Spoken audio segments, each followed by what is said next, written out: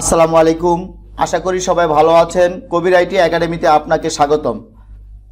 মাধ্যমিক ও উচ্চ শিক্ষা অধিদপ্তর থেকে একটি নোটিশ জারি হয়েছে, যেমন প্রধানমন্ত্রী শিক্ষা সহায়তা ট্রাস্ট থেকে ষষ্ঠ থেকে স্নাতক পর্যায়ের শিক্ষার্থীরা, দুর্ঘটনায় গুরুতর আহত অসচ্ছল পরিবারের মেধাবী শিক্ষার্থীরা কীভাবে 10,000 থেকে 50,000 টাকা পর্যন্ত পেতে পারেন, সেই প্রসেসটি আমরা আজকের ভিডিওতে দেখব। চলুন আমরা আগে নোটিশটি ওপেন করে দেখছি। আমরা নোটিশটি ওপেন করব, ক্লিক করলাম। ক্লিক করার পর এখানে একটি নোটিশ জারি হয়েছে। আমরা আবেদনটি করার জন্য এই লিঙ্কে ক্লিক করব। লিঙ্কটিকে আমি কপি করে নিচ্ছি। কপি করে আমি একটা ব্রাউজারে চলে যাব। এই ব্রাউজারে সার্চ বক্সে গিয়ে আমি এটা পেস্ট করে দেব বা টাইপ করে নিব, যেমন eservice.pmea.gov.bd/মেডিকেল। আমি এখানে গিয়ে একটা এন্টারে ক্লিক করব। ক্লিক করার পর আমি একটি ওয়েবসাইটে চলে যাব। এখানে হচ্ছে চিকিৎসা অনুদান, প্রধানমন্ত্রী শিক্ষা সহায়তা ট্রাস্ট থেকে দুর্ঘটনা গুরুতর আহত দরিদ্র ও মেধাবী শিক্ষার্থীদের চিকিৎসা অনুদান হিসাবে এককালীন 10,000 থেকে 50,000 টাকা পর্যন্ত চিকিৎসা অনুদান হিসাবে প্রদান করা হচ্ছে। আপনি যদি বিস্তারিত জানতে চাই, আমি এখানে ক্লিক করব। ক্লিক করে এখানে বিস্তারিত চলে আসবে, যেমন এর আগে 2022-23 অর্থ বছরে শিক্ষা সহায়তা ট্রাস্ট বাবদ 8,60,000 টাকা প্রদান করা হয়েছে এবং 22-21 অর্থ বছরে 3 লক্ষ টাকা প্রদান করা হয়েছে এবং এবার 24-25 অর্থ বছরের জন্য আবেদন নেওয়া হচ্ছে। আপনি যদি আবেদন করতে চান তাহলে আপনার এই ডকুমেন্টসগুলো লাগবে। এখন আবেদন করার জন্য আপনি এই অপশনটি রয়েছে, আবেদন করুনে ক্লিক করুন। আমি যেহেতু আবেদনের পরীক্ষাটি দেখিয়ে দিব, সেজন্য আমি আবেদনে ক্লিক করছি। ক্লিক করার পর যেহেতু আমার এর আগে নিবন্ধন করা হয়নি, এই সাইডে নিবন্ধন করে, যদি আপনার এর আগে নিবন্ধন করা থাকে তাহলে আপনি লগ ইনে ক্লিক করবেন, আর যদি আপনার নিবন্ধন করা না থাকে তাহলে আপনি নিবন্ধন করুন অপশনে ক্লিক করবেন। আমি যেহেতু আমার এর আগে নিবন্ধন করা নেই, সেজন্য আমি নিবন্ধন অপশনটিতে ক্লিক করব। নিবন্ধন অপশনটিতে ক্লিক করার পর আমি এই ফর্মটা পূরণ করব। ব্যবহারকারী, এখানে প্রথম লেখা আছে যে ব্যবহারকারী নিবন্ধন তথ্যছক, ব্যবহারকারীর ধরন শিক্ষার্থী, এখানে শিক্ষার্থীর টিক দেওয়া থাকবে, টিক দিয়ে দিয়েছি। তারপর শিক্ষার্থীর নামটা এখানে দিয়ে দিব। এর আগে বলা উপরে লেখা আছে যে স্টার চিহ্নিত ঘরগুলো অবশ্যই পূরণ করতে হবে, সকল তথ্য ইউনিকোড বাংলায় পূরণ করুন। এখানে বাংলায় দিতে হবে, আমি বাংলা ইউনিকোড দিয়ে দিচ্ছি। আমি এখানে সিলেক্ট করে নিয়েছি ইউনিকোড, এখানে আমি নাম দিয়ে দেব। হ্যাঁ, নামটা দেওয়া হয়ে গেলে আপনি অভিভাবকের নাম দিয়ে দিবেন। এরপর জন্ম নিবন্ধন নম্বরটি এখানে দিয়ে দিবেন। জন্ম নিবন্ধন নাম্বারটি দেওয়া হয়ে গেলে এখন জন্ম তারিখ দিয়ে দিবেন। জন্ম তারিখ দেওয়ার জন্য আপনাকে এই অপশনটি ক্লিক করতে হবে। ক্লিক করার পর একটি ক্যালেন্ডার চলে আসবে, ক্যালেন্ডার থেকে আপনার জন্ম তারিখটি ঠিক করে দিবেন। এখন প্রথম সাল দিতে হবে। সাল দেওয়ার জন্য এখানে এই অ্যারোতে ক্লিক করবেন। অ্যারোতে ক্লিক করার পর আপনি ড্রাগ করবেন। ড্রাগ করে আপনার সালটা, এখানে যার জন্ম নিবন্ধন সাল যেভাবে আছে, জন্ম সালটা সেখানে এভাবে দিয়ে দিবেন। আমি দিয়ে দিচ্ছি।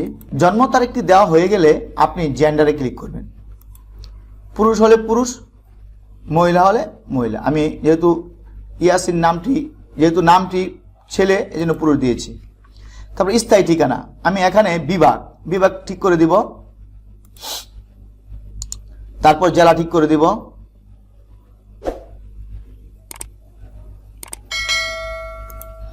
তারপর আপনার পৌরসভা, আপনার উপজেলা, আমি উপজেলাতে ক্লিক করব। তারপর সিটি কর্পোরেশন থাকবে না, উপজেলাতে আবার ক্লিক করে আমরা কোন উপজেলাতে আবেদন করছি উপজেলাটি ঠিক করে দিয়ে দেব।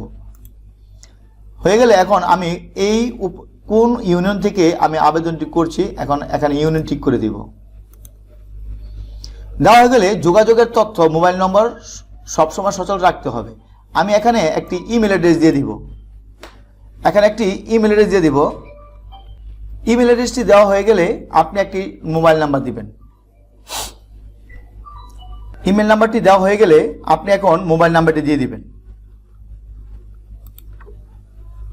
মোবাইল নাম্বারটি দেওয়া হয়ে গেলে আপনি এখন একটি 8 সংখ্যার একটি পাসওয়ার্ড ঠিক করে দিবেন।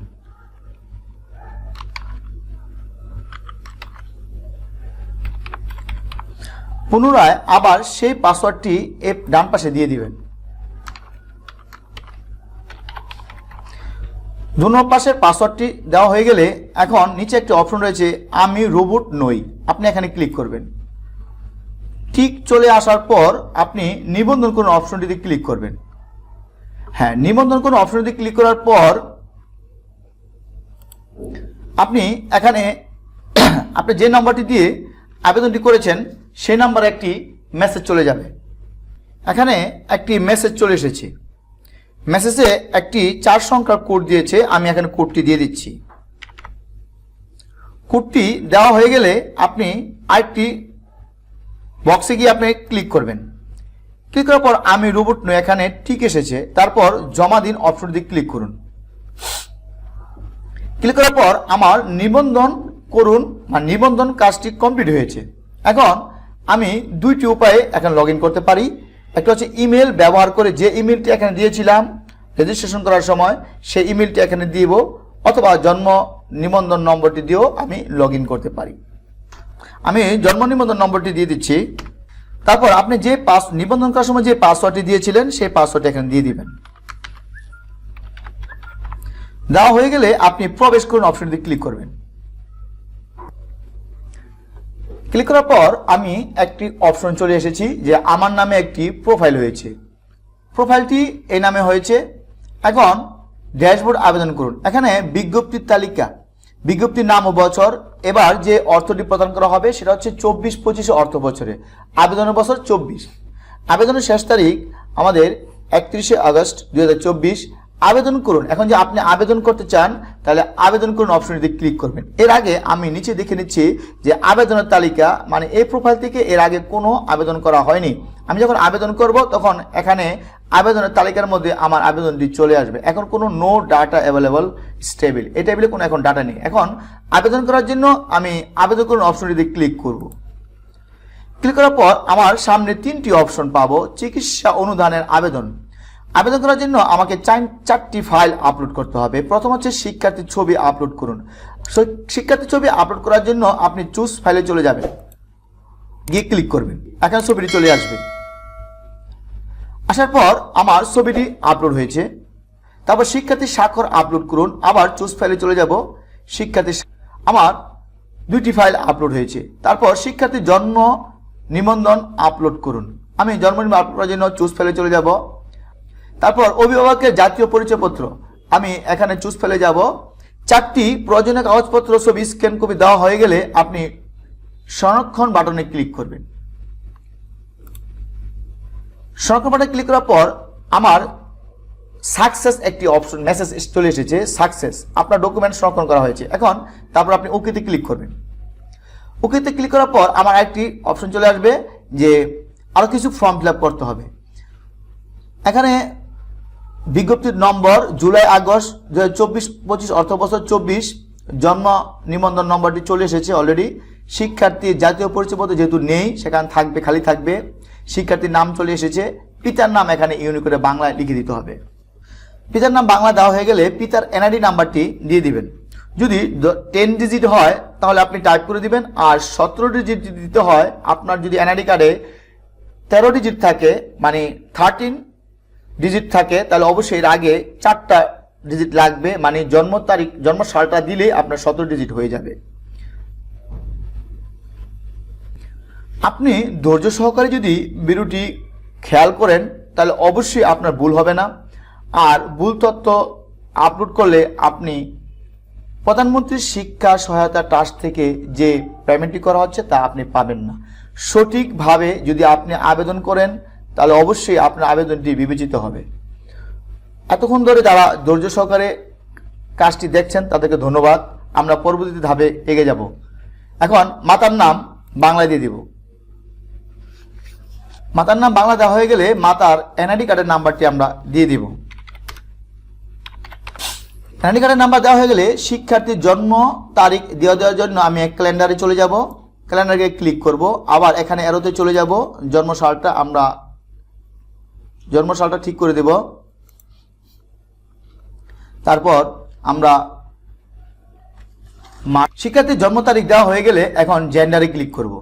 আমরা এখন পুরুষ হলে ছেলে দিব আর মহিলা হলে মেয়ে দিব। আমরা ছেলেতে ক্লিক করছি। তারপর বিভাগ ঠিক করে দিব। আপনি যে বিভাগ থেকে আপনি আবেদনটি করছেন বিভাগ ঠিক করে দিবেন। ঠিক করার পর এখন জেলা ঠিক করে দিবেন। তারপর সিটি কর্পোরেশন হলে সিটি কর্পোরেশন ঠিক করে দিবেন এবং ইউনিয়ন হলে ইউনিয়ন ঠিক করে দিবেন। এর আগে আপনি এখানে অপশনটি ক্লিক করবেন যে আপনি কোন উপজেলা থেকে বা পৌরসভা বা কর্পোরেশন থেকে ক্লিক এখানে আমি এখানে ক্লিক করব। যেহেতু আমি উপজেলা থেকে আবেদনটি করছি এখন উপজেলা ক্লিক করব। তারপর এখানে উপজেলা ঠিক করে দিব। তারপর ইউনিয়ন ঠিক করে দিব। উপজেলা অবলিক পৌরসভা আমি উপজেলা ঠিক করে দেওয়ার পর এখন আমি যদি ইউনিয়নে ক্লিক করি আমার এই উপজেলাটি কোন ইউনিয়ন থেকে আমি আবেদন করছি আমি ইউনিয়ন ঠিক করে দিব। ঠিক করে দেওয়ার পর এখন আমি এখানে গ্রামটি টাইপ করে দিব। গ্রামটি টাইপ করে দেওয়া হয়। এখন আমি চলে যাব অভিভাবকের তথ্যতে, পারিবারিক তথ্য। এখন এখানে যদি ক্লিক করি বলছে যে শিক্ষার্থী প্রতিবন্ধী শিক্ষার্থী কিনা, এতিম শিক্ষার্থী কিনা, ভূমিহীন কিনা, অসচ্ছল, বা এখানে আপনি একটা অপশন ঠিক করে দিবেন।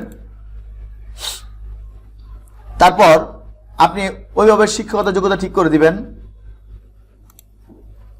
অভিভাবকের বার্ষিক আয় আপনি একটি দিয়ে দিবেন, বছরে কত টাকা তার আয় থাকে। তারপর অভিভাবকের পেশা ঠিক করে দিবেন।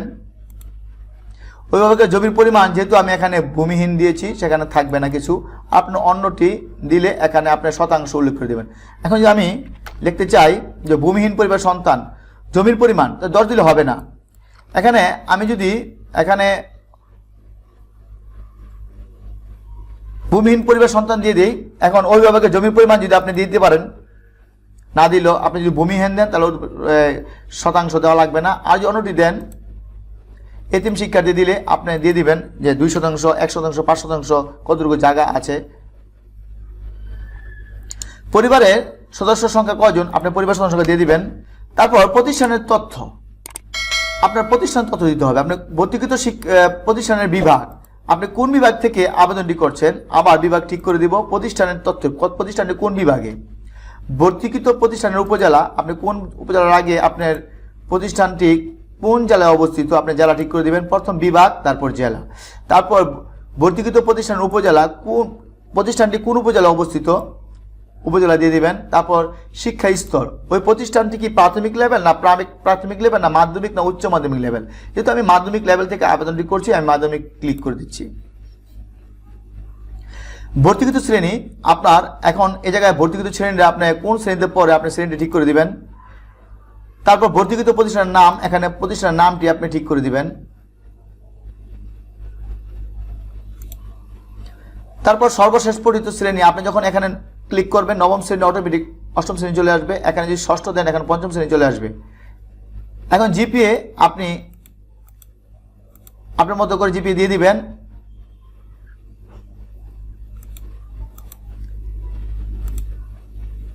জিপিএ স্কেল কত, এর থেকে কত, জিপিএ স্কেল কত এবং এর মধ্যে কত পেয়েছে তা আপনি দিয়ে দিবেন।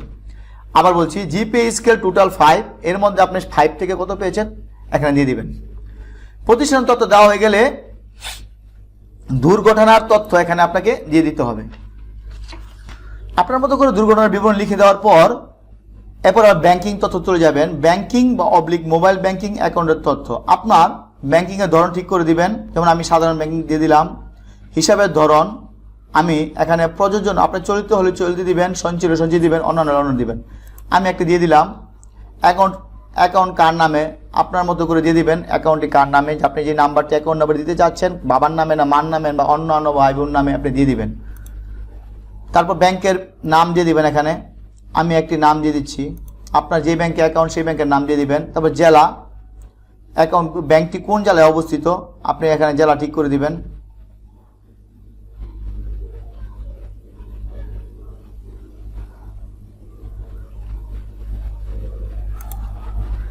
জেলা ঠিক করে দেওয়া হয়ে গেলে আপনি ব্যাংকের শাখা উল্লেখ করে দিবেন।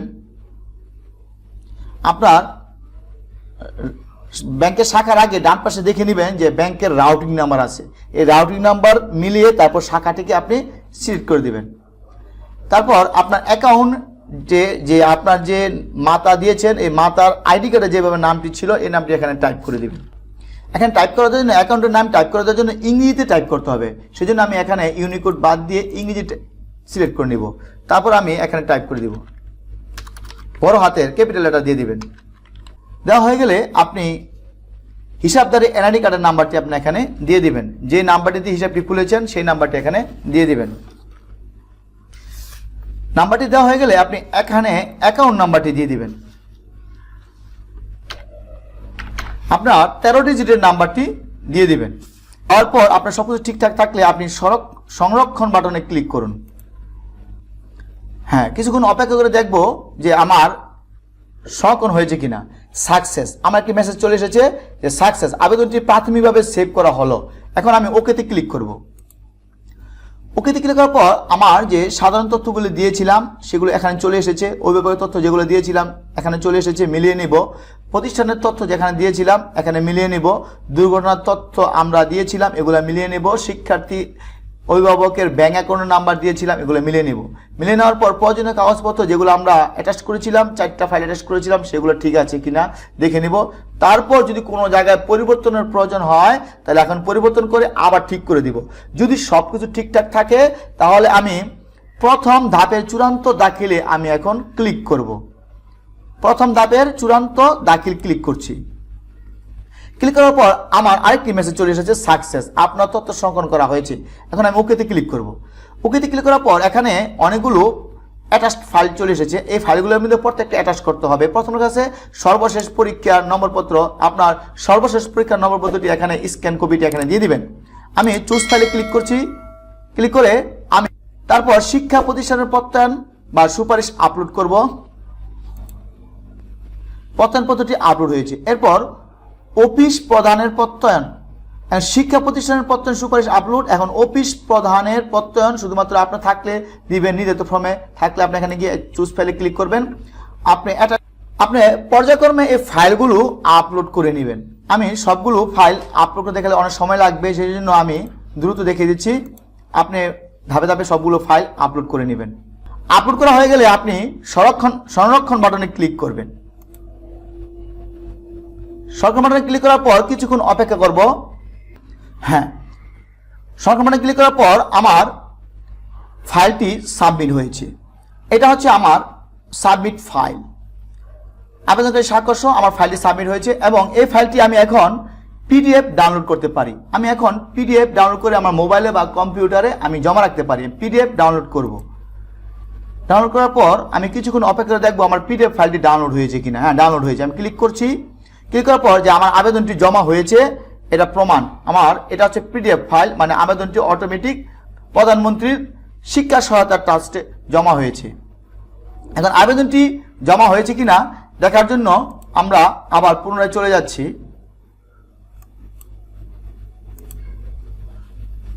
হ্যাঁ, আবেদনটি জমা হয়েছে কিনা আমরা দেখে নিয়েছি। যে এখানে ছিল যে আবেদনটি এখানে নো ডাটা ছিল, এখন আবেদনটি জমা হয়েছে। আবেদন ডকেট নাম্বার পড়েছে, আমার আবেদন নাম্বারটি এখানে পড়েছে এবং 24-25 অর্থ বছরে শিক্ষা প্রতিষ্ঠান কর্তৃক প্রেরিত এবং করণীয় কাজ সব আমার যে ফাইলটি সাবমিট হয়েছে প্রমাণ।